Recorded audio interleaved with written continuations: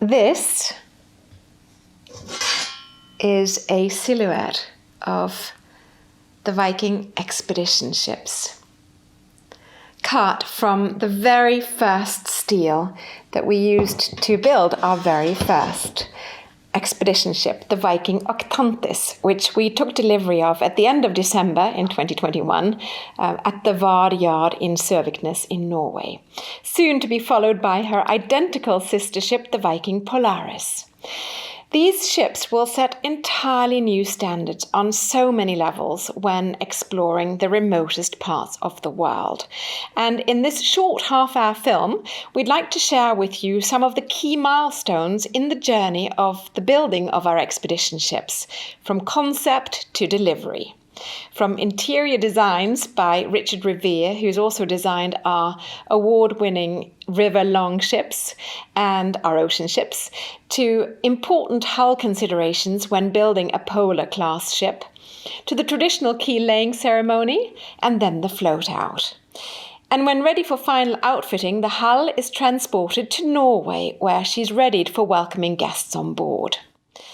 These ships, as all our ships, are built to be as considerate of the environment as possible, and since we're exploring some of the most interesting flora and fauna of planet Earth, we've partnered with the world's leading institutions to conduct meaningful science and research. And we'll share some of that with you as well in this program. Then we end with some words from our godmothers, who are two of the world's greatest living explorers, both humble, brave, and incredibly lovely ladies, Liv Arnesen and Anne Bancroft, who, amongst a long list of accomplishments, were the first women to cross the Antarctic continent. We hope you enjoy learning more about the fascinating journey of the construction of our expedition ships in the next 30 minutes or so, and perhaps we'll have the chance to meet on board one day. Enjoy.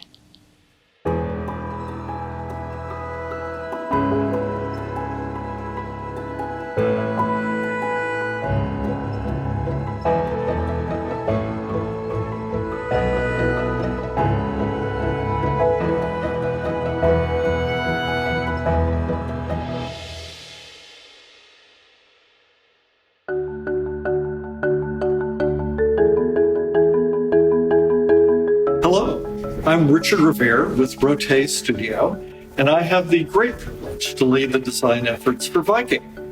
In previous videos, we've talked about our work with the longships for Europe's rivers, the Star-class ocean ships, and our ships for the Nile and the Mississippi. Today, though, I'm very excited to talk to you about the Viking Octantis and Viking Polaris, our new expedition-class ships. Yet for us, this was a very interesting commission. A ship built to explore some of the most remote and beautiful areas of the world.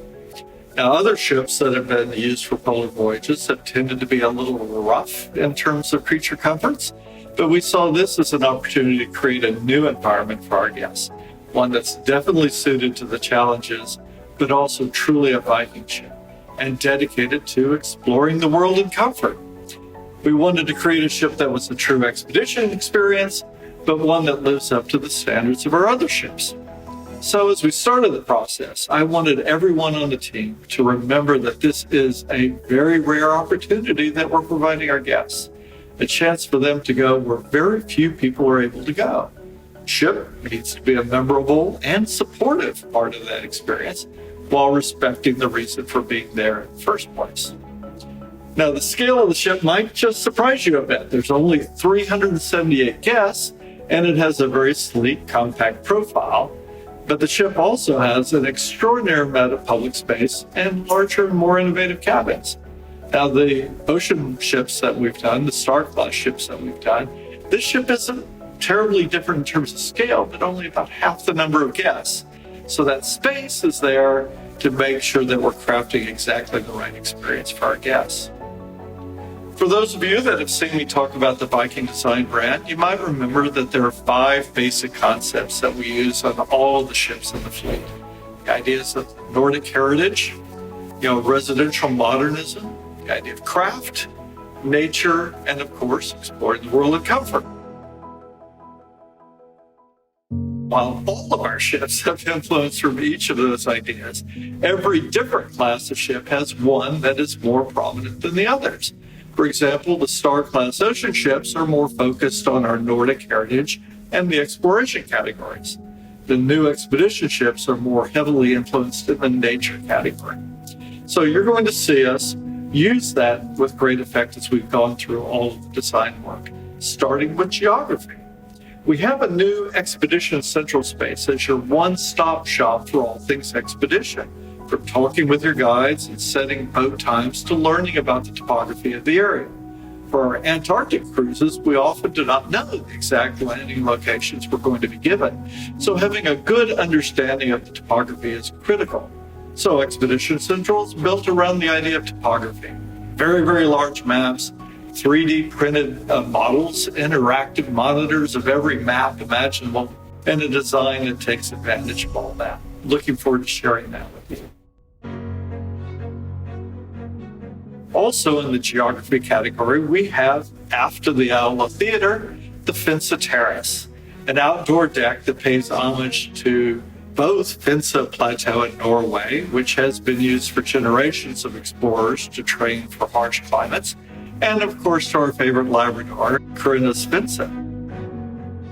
A wonderful space for sitting with friends and admiring the scenery and just simply enjoying the outdoors.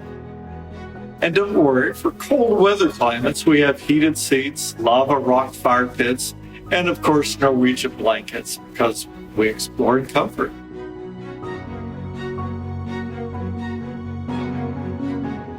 A look at the wildlife you'll encounter is a huge part of our design as well. While the richness of wildlife in the Great Lakes region is fairly expected, the quantities and range of wildlife in the polar regions was a surprise to me.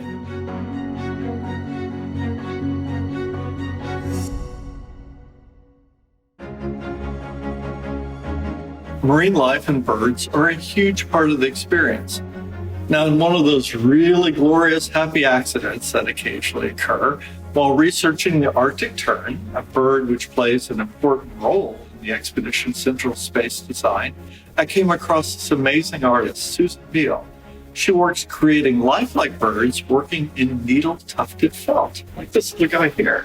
These life-size and amazingly realistic birds are handcrafted out of felt. So for each reason the ship sails, we have 12 of the most common birds that our guests will see on display in Expedition Central, with our resident photographer guests not only be able to identify the birds, but also try out various photography techniques to get their best results for their images. Hope you'll enjoy it. I found it fascinating. Whales, of course, are always inspiring. Their intelligence, gracefulness, and sheer size are absolutely unique. There are several references to these graceful creatures on board. The design for the doors to our Explorer's Lounge were developed from 19th century illustrations of scientific classifications of various whale species, and it is amazing to see the diversity of these wonderful creatures. In our living room, we came up with a clever way of grasping the true size of these animals using the work of the Smithsonian Institution's foremost expert in whales. I think it will both surprise and inspire you. We have some new takes on beloved themes as well. The cabins and suites, I'm very excited about. We've rethought the cabin from the basic plan all the way up, and we have this new concept of the Nordic balcony. Opens the cabin fully to the outside for an immersive experience. Using a very sophisticated sliding window system that extends the full width of the cabin, the sitting area of our staterooms literally becomes a part of the outdoors. I can well imagine spending a summer evening in my Nordic balcony on Lake Superior watching a spectacular sunset. I think you will really very much enjoy it. We have heard from our guests that the Longships and Ocean Ships cabins were very hotel-like, and I take great pride in that. But the new ship takes that to a new, quite extraordinary level. The overall look and feel of these cabins is right at the level of luxury. Now, the World Cafe has always been a great experience on our ocean ships, but here we've gone in a new direction that I call the World Marketplace, a new experience that has multiple venues, open galleys, kitchens for those of you who are not hotel-oriented, and a design that lets the guests pick the experience they want. Our Explorers Lounge is updated as well. We've retained those things that have worked so well, including the beloved upper deck mezzanine level. But we've wrapped up the design a bit, taking inspiration from the storied Explorers Club in New York, really to expand the experience and create, again, that immersive atmosphere that we're looking for. So we have a new, larger, more approachable bar, more fireplaces, and a very exciting relationship with the Scott Fuller Research Institute at Cambridge University that takes their museum artifacts into our environment. And of course, as always, Viking ships are designed for comfort, for learning, and for experiences, connecting our guests with some of the most extraordinary landscapes in the world. And we look forward to watching you on board.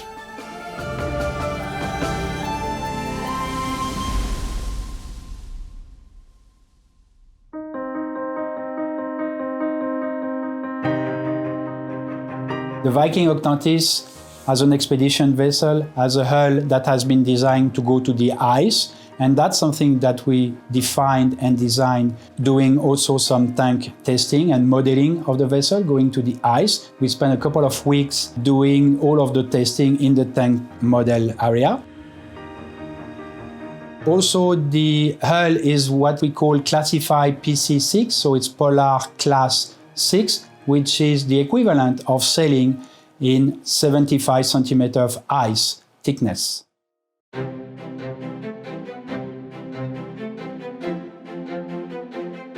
Construction begins with the ceremonial first cutting of steel at the shipyard.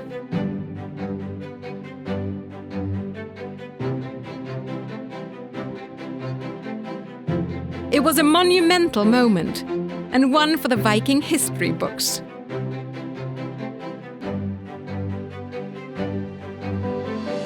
The next major milestone is the keel laying. This marks the initial joining of modular components. It's celebrated with an age-old tradition and a coin from the ship's owner. The coin is meant to bring good fortune when it's welded to the vessel. This is recognized as the moment the ship comes to life. What follows is nothing short of remarkable. After months of shaping and fitting steel, our expedition ship is moved to a submersible platform, so she can touch water for the very first time. This centuries-old process is known as the float-out. It's a methodical undertaking that takes nearly 2 full days to complete. From stem to stern, every joint, weld and system are thoroughly checked to ensure everything is ready for the next step in the process of building our expedition ship.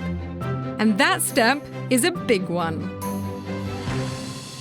We actually move the hull from the European shipyard all the way to Norway for completion.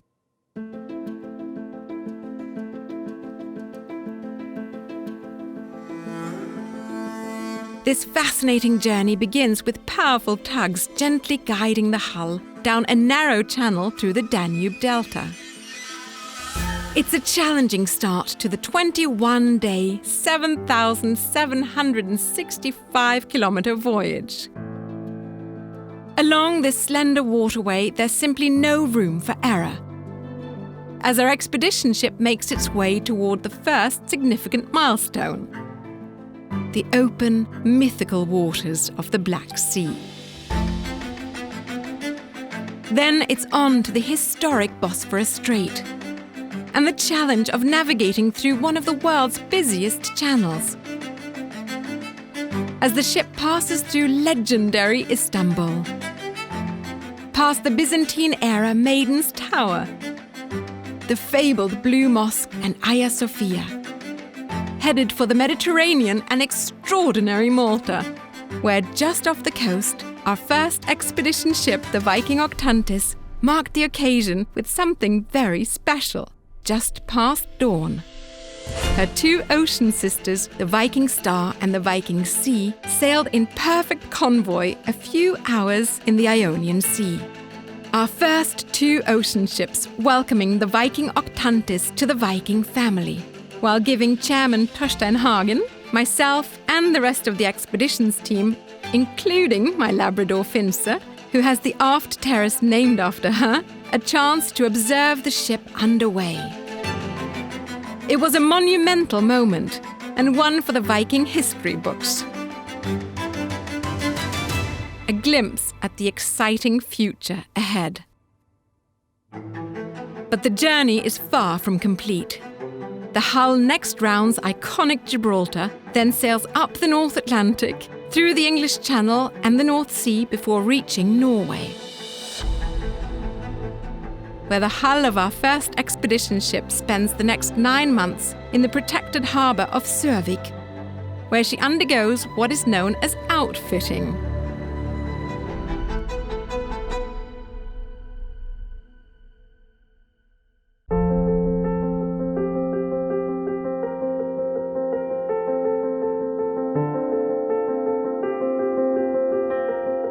Public spaces are really important for us, and during the construction we are checking and validating every steps of the constructions, from the ceiling to the wall, the floor, and all of the furniture that's going to happen. There's a dedicated process to make that happening and making sure that at the end of the day we've got the quality that we're looking for and all of the nice product that you're going to see very soon.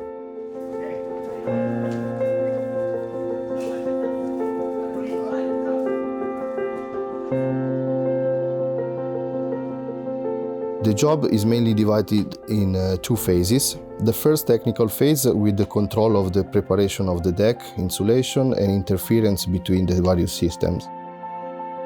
Once the technical phase is completed, we move on the second phase and focus on the installation of the furniture with the primary objective of obtaining the maximum comfort for the guests. My job usually is to check the quality of the installation, looking about the detail that is in line with our standard and international rules. Now we are in the last part of the installation, where we just check the commissioning of all equipment and usually the rifinitura of all area, final delivery that we are still. Important that the shipyard is in our standard and the target is to obtain the best that we can.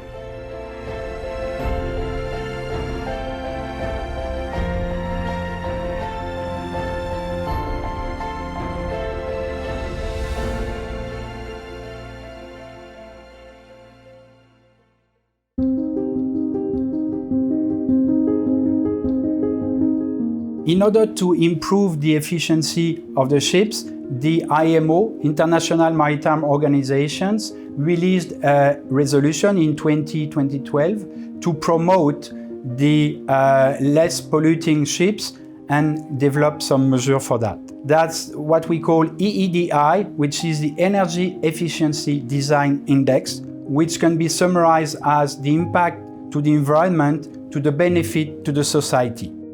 When that formula is applied to Viking Octantis, we can say today that we are at least 36% better than the requirement. In addition to that, we also developed a bow that is really particular for Viking, but also improving the comfort and also helping for the fuel consumptions. The Viking Octantis has been designed to be ready for zero emissions. We concentrated also on the appendices, like the bow thrusters, like the fin stabilizer, and definitively the azipod. The azipod has been designed to offer enhanced maneuvering at port and when we are in the fjord or in Arctic and Antarctic. It's also helping us to reduce the fuel consumptions. And we can say that today, with the hull that we design and the pod that we install, we can reduce the fuel consumption by about 4%. Like for your car, the engines of the ship needs to be cooled down. We are using seawater and fresh water to cool down the engines, which generate heat. That heat is not lost.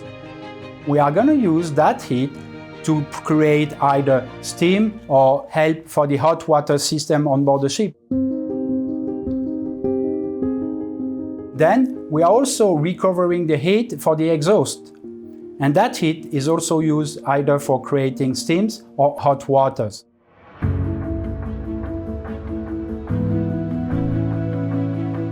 When we sail in Antarctica with Viking expedition ships, we'll come into areas with very high density of marine wildlife. Whales, dolphins, seals. Because of this density, we have worked together with IATO, the Organization for Tourism in Antarctica, to advocate for a whale-safe speed.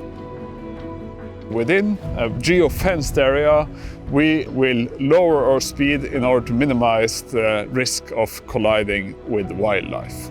It is always a risk with all expedition ships sailing in remote areas when going in places where birds are nesting, that in foggy and dark conditions, birds can be attracted to the lights of the ship sailing by and therefore strike the ship accidentally. And to reduce this, we have worked with our partner, the Cornell Lab of Ornithology, to design a bridge-controlled system that we call bird-safe lighting mode, which reduces the external light as much as we can to still be safe, and in order to reduce the chances of bird strikes.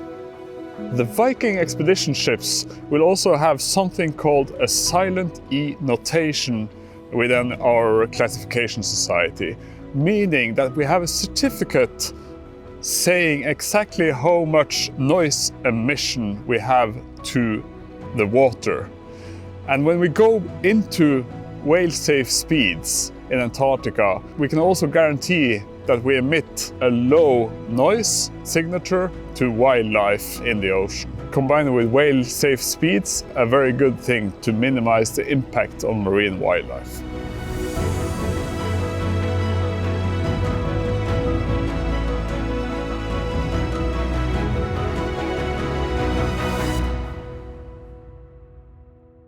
Biosecurity is of critical importance when designing any expedition operation. Our ships, by their nature, are travelling from place to place, from areas of habitation through to some of the most vulnerable places on Earth. There is always a risk that you have unwanted, non-native biota and pathogens transferring as a result. When we come to Antarctica, before we do our first landing, we'll go through a sequence of cleansing of velcros on the people's gear. We will vacuum clean people's backpacks that are used in other areas of the world. We will sanitize the boots and make sure that we minimize the risk of bringing foreign biomatter, diseases and viruses into the Antarctic food web. Dynamic positioning is an automated mode on the ships that enables the vessels to stay very precisely in position without lowering anchors. And this enables us to run off-ship activities while not impinging on delicate benthic areas, so the seabed underneath if it's vulnerable.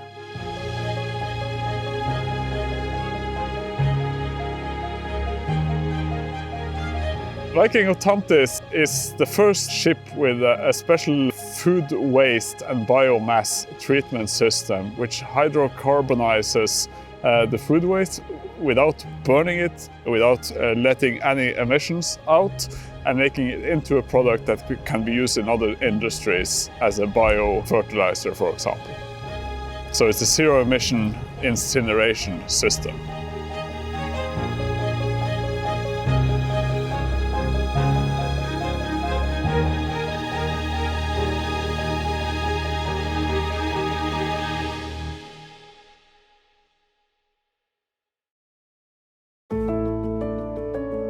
On each ship, one of our 2 special operation boats has been designated a survey vessel.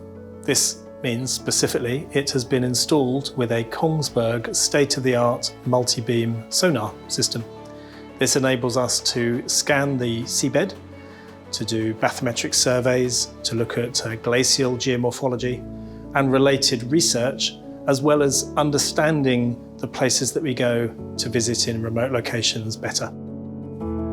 In partnership with NOAA, specifically the US National Weather Service, we have been invited to set up our ships as weather balloon stations. So we're adding to the network of the stations that NOAA run around the world, with a concentration around the North American continent, for sending balloons into the upper atmosphere with a small electronics data package that regularly monitor the atmosphere as they ascend up to 25,000 meters, that's 16 miles up into the air. And these will be the first civilian ships that have the weather stations on in behalf of the National Weather Service.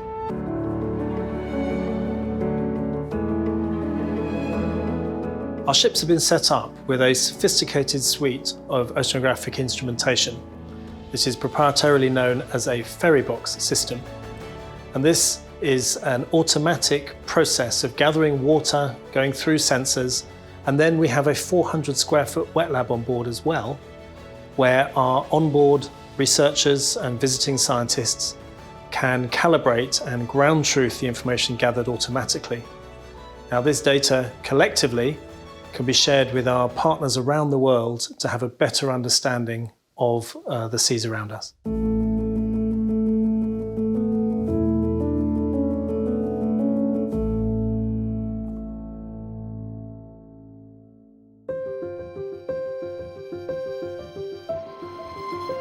I have just arrived at the yard in Ålesund to begin the art installation on board Viking Octantis. It's amazing to see the ship finished after working on the art collection for more than a year. The theme on board the ship is clearly all about the great explorers, landscape, flora and faunas, and the artwork should evoke a feeling or emotion in each area on board. To make a lasting impression on all passengers, we selected artists that stimulate the senses and illuminates the interiors. Many of the artists on board are inspired by Norwegian nature and our Norwegian heritage, and all of the artists are, of course, Norwegian.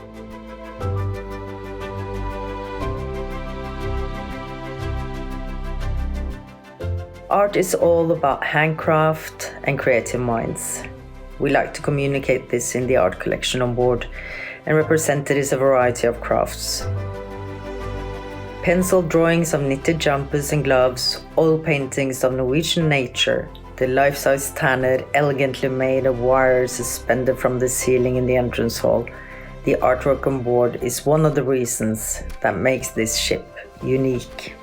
It's like bringing part of nature into the ship.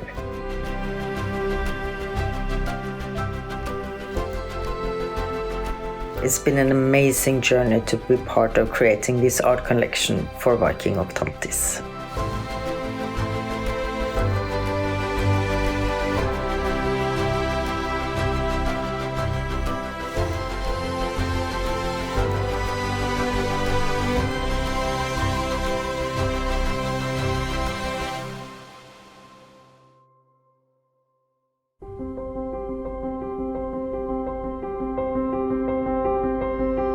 Our two expedition ships are named for important stars in celestial navigation.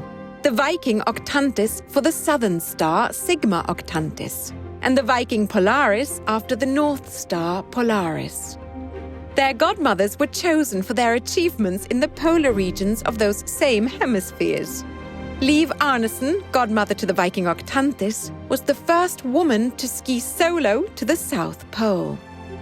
Anne Bancroft, godmother to the Viking Polaris, was the first woman to the North Pole by sled and foot. And together in 2001, Liv and Anne became the first women in history to ski across Antarctica. Two true explorers, venturing to parts of the world few are ever privileged to see. We are so very honored to have Liv and Anne as part of the Viking family as our Viking expedition ship's godmothers.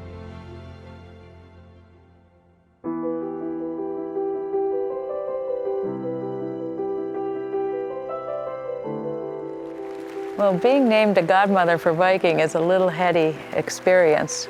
It's a tremendous honor, I have to say. Getting to know Karin and Torstein and the Viking family, I think it's fantastic. It's everyone that we've met within Viking and their sense of pride which, is just exuded. It's contagious. It feels as that it's an honor to be included in that family. The corporate culture, the careful attention to detail, just as they articulate, particularly the two ships that we're godmothers for, is really heartening for us, because it matters. Those fantastic expedition ships, they can help many people to understand nature, become environmentalists. That's what I have experienced. I've been guiding 30 years on Svalbard in the Norwegian Arctic. And when you come close to nature, that makes something for all people.